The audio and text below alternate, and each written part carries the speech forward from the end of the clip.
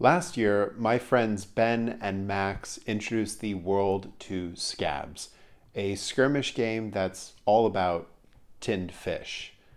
Now, while I personally don't eat fish, tinned or otherwise, I wasn't going to let that stop me from joining in the fun. Welcome to Conjured Craft. My name is Taryn. Let's get started.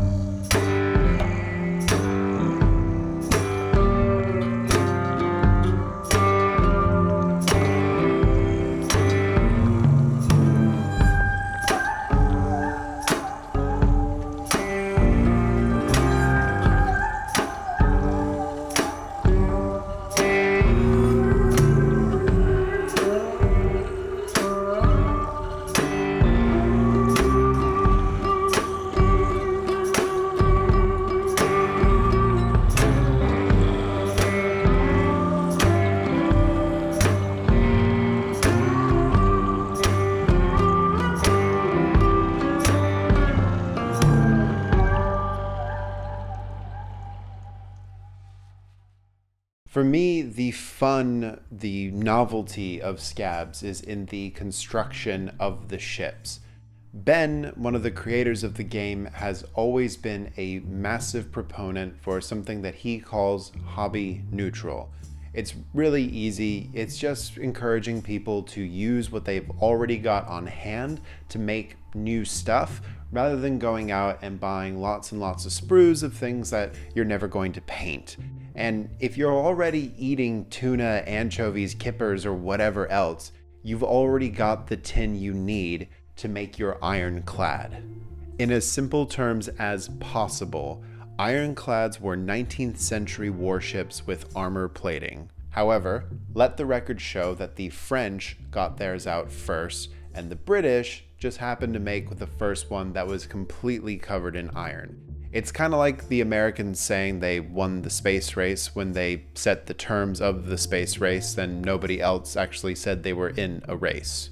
This era of ironclads, the one you're likely thinking of, have a pretty low profile, making them harder to see and hit. Even if you did, they're completely armored anyway.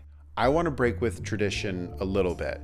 Instead of making something with a low profile that's easy to miss, I want a looming shadow over the sea of swill. I want the biggest tanker that anyone's ever seen in the abyss.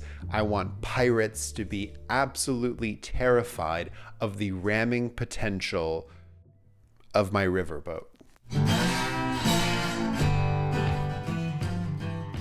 I had my production manager courageously consume a few tins to give me some options, but then I found some recycling in the break room at my work.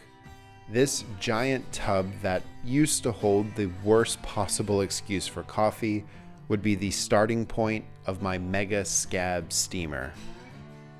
My inspiration in building this is twofold. On the one hand, I am thinking about my Turnip 28 army, which is all themed from Over the Garden Wall. There's the McLaughlin Brothers riverboat with the Frog Marching Band, if you've seen the show. And I want this to be an homage to that paddle steamer, but in a poor to derelict condition. Also, given the scale of this piece, it's just going to have one wheel, which doesn't really move anymore. I'm thinking of it as more of a piece of terrain or as an objective in a game of Scabz. Also, Scabz are filled with sentient meat, so let's not worry about realism too much. Speaking of meat, that's the other major point of inspiration. I want to be able to see it. I love a model in a museum with a cutaway so that the audience can take a peek inside. For example, the SS Maheno in the Gallipoli exhibition at Tipapa.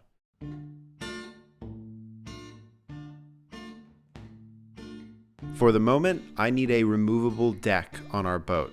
So I'm just cutting down a piece of paperboard to fit on the lip that's on the inside of the tin. Then, using some scrap balsa wood, I can cut some individual janky planks. This is where the storytelling for this vessel begins. I can't imagine that the Pirates of Swill care about even planks, so neither do I.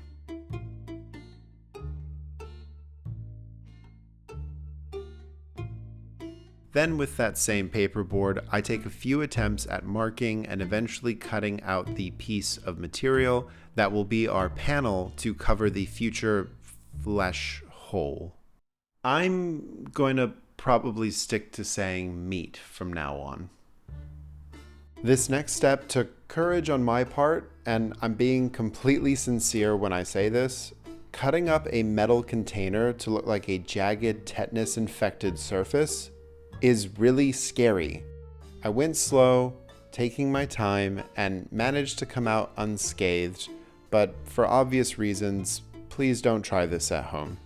Now, back to the door. The first version of this would have technically worked. I used some magnets with way too much superglue and baking soda to lock them into place, but there is a really obvious bend in the material, and because of my overzealous gluing, the magnets aren't holding very well. So after a sleep, I came back the next day with a new idea. I got some slightly thicker material, redid the shape, and this time to get a more even curve around the side of our boat, I wet the paperboard with a little water and then taped the two ends to hold it onto the scab. Letting it dry overnight, this result gave me a much smoother curve, which keeps the silhouette, and I didn't have to go out and buy styrene or some other material. The next major component we have to build is the paddle. Using a wood round, I traced half a circle onto, you guessed it, more paperboard. This will be the support material for some very thin balsa wood, which will be glued to the outside. I've been saving this weird half of an MDF circle for at least 10 months, and that will be another layer of exterior detail.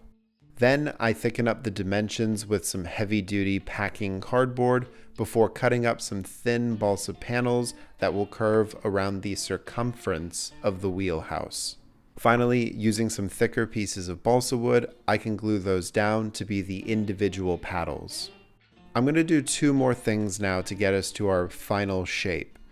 First is gluing a dividing strip of material, it's paperboard, around the 3/4-ish mark of the boat to add some visual interest and to break up those massive panels. The second thing I'm going to do is make sure that you chumheads count this as a scab.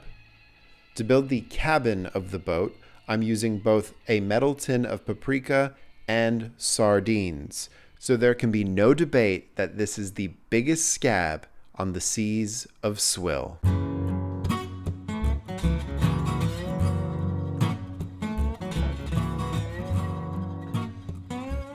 Greebling is a time-honored tradition with model makers, and one of my favorite parts of any junk build. My current hoard is only 2 years old, and even I don't know what I'll find half the time.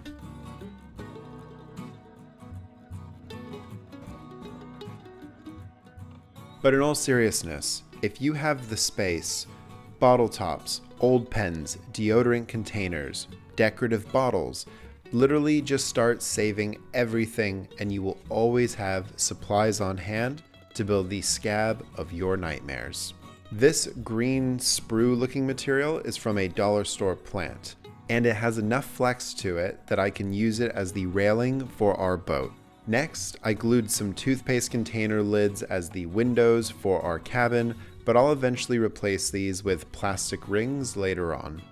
These smokestacks are made out of dried out kids markers, which I seem to have an unending supply of thanks to my students. These are cut to size and then glued down to the paprika tin roof. I also cut the cap of the marker down to add some detail to the top of those pipes. To add some more details around the side of the boat, I have these domed plastic circles that I'm evenly gluing above that 3/4-ish line that we added with paperboard. My next plan was to use guitar string to make a ladder on the side of the ship, kind of like I did on my Tonk build from last year, but sadly my pin vise was no match for the metal container. Instead, I pivoted to using more of that green sprue material to simulate wooden handrails. This turned out to be one of my favorite details because I got to redeem my pin vise. I put little holes on either end of the planks to simulate nails going into the wood. It's one of those details that's lost on most viewers, but brings me immeasurable joy. Because of how cartoonishly large this scab is, I made the decision to give it just one giant stump gun on the front, which is actually the top of an oil bottle and looks like a lamprey's smile. Moving from the front to the back, I have a nozzle from an icing syringe and a miniature pipe grate that I'll cut, glue together, and eventually sand. This is going to add some balance to the silhouette of the boat now that it has a big pipe going out the front. And as promised, I'm removing those toothpaste lids from the cabin in favor of some slick rings from a rice wine vinegar bottle. One of those lids won't go to waste though. I can put it on the water wheel as an extra detail. To add another touch of asymmetry to the build, I'm gluing on a piece of plastic from the inside of a pen to make an opening from where our anchor drops. What anchor, I hear you asking? The one that I'm going to delicately and lovingly craft by hand using some wire and epoxy clay. I pulled up some references online while refining the shape until I had what I'm calling the red flag anchor tattoo.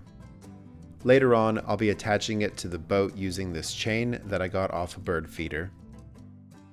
Seeing as I already had the clay out and mixed up way too much, I put all the leftovers to good use, filling gaps and adding meat drips that are forcing their way out of the ship. You could do this effect with a hot glue gun, but I have clay, so while I'm at it, I'll also go ahead and make a life preserver that I can glue onto our safety rail for safekeeping. Now I'm drawing lots of tiny diamonds on some scrap paper so I can cut them out and fold them in half to make adorable little bunting. These will be glued onto some jute twine, which looks like rope at miniature scale. Also, I have to cut this rope with my special scissors. Jumping back to the epoxy clay, I realized that some barnacles along the base of the boat would go a long way for visual storytelling. And since I mixed up a fresh batch of clay, I decided to make some rivets by rolling them up in a thin cylinder, waiting for it to cure, and cutting off little discs one by one. A phenomenal tip that I learned from Noe. The last major detail I wanted to help retain the scabby origins of this project was getting the pull tab from a tin of kippers and using it as the main viewing panel of the boat. All that's left to ask is, where's the meat? Well, it's in a can, but it isn't Spam. I've left the top of our boat separate until this moment, not only for painting, but so I could spray some foam into it and let it rise to my desired shape. The end result was not at all what I desired, but this material is really easy to cut. So after some ripping and tearing, I got our sentient meat placed in a more aesthetic position.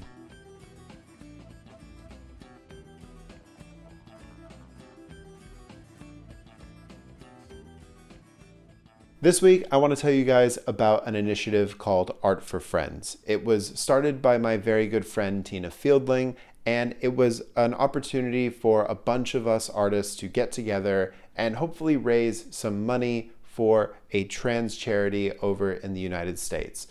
A lot more than usual right now. My trans brothers and sisters need all the support that they can get, and this was a really awesome opportunity for us to collect miniature STLs, all kinds of games, zines, weird art, cool art, queer art, everything that you can think of. It's all in a bundle on Itch, and all the money that we raise is going to charity. So please just take a minute to check out the link in the description down below. And if you can donate, I really encourage you to, because boy howdy, this bundle is packed with all kinds of cool stuff.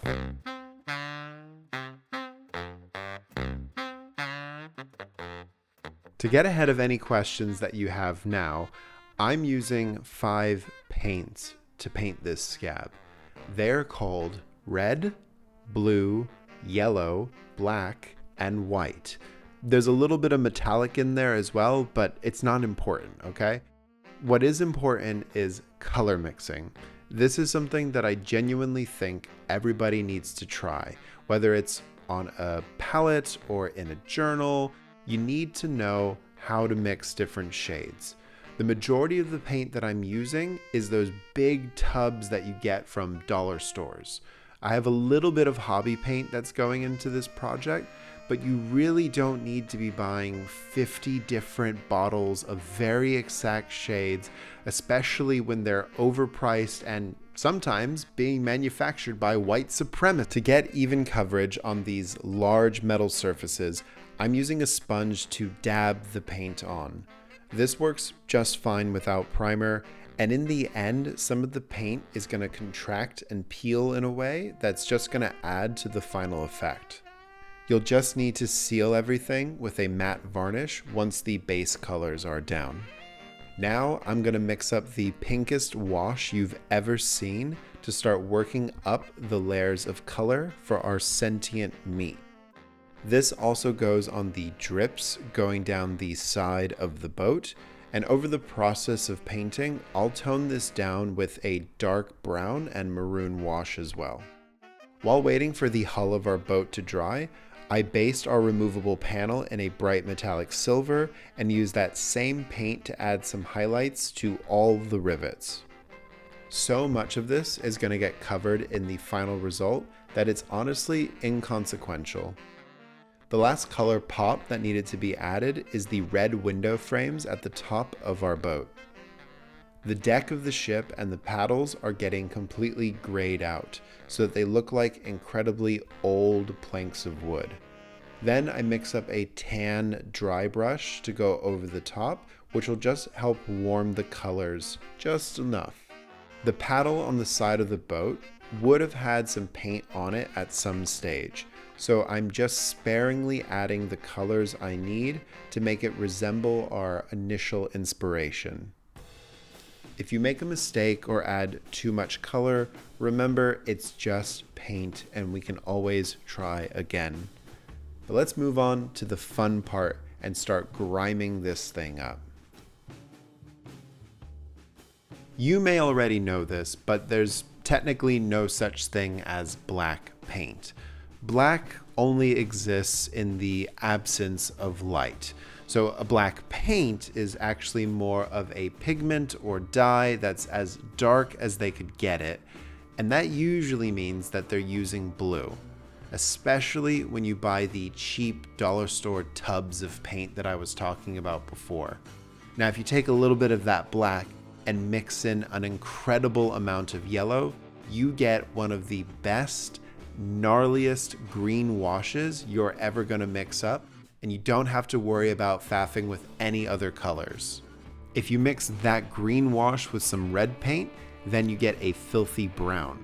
And you can continue to experiment with these different washes the next time you make something big. I like to mix one big batch and then slowly change it over the course of the project. So for example, I actually desaturated this wash with some white paint, which makes the final stain look more washed out, like it's been there for years. Ultimately, I'm just using these washes in places that I think look good and entertaining myself by watching the drips slide down the boat. To give it some more grit, I mix up a bunch of baking soda with watered down glue and then add the color I want for the crust. Using this same recipe, I also added some rust to the boat, mixing in just a little bit of red paint with a lot of yellow to get a vibrant orange, and then slowly darkened that down with some black paint until I had a brown color to get some more variation around the boat. In the show we're taking inspiration from, the bunting is blue, red, and white. So I carried that theme through to the removable panel, and that's when it hit me. I wasn't just making a scab anymore. Without even realizing it, my real life started to bleed into my work. This tarnished carcass of a once majestic ship is now a rotting corpse, a shrine to folly and hatred, a crumbling empire of red, white, and blue, floating aimlessly to the whims of a festering and bloated pile of sentient meat.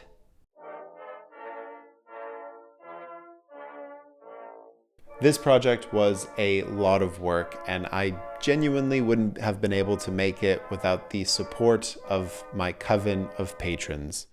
My Patreon is free, and so if you want to go and have a look at the bonus content, high-resolution photos of this build, and get access to my Discord server, you are more than welcome to. But if you want to consider kicking a few bucks my way, it would go a very long way into making these videos. So please check out the link below, or I will hunt you down in my new pirate ship.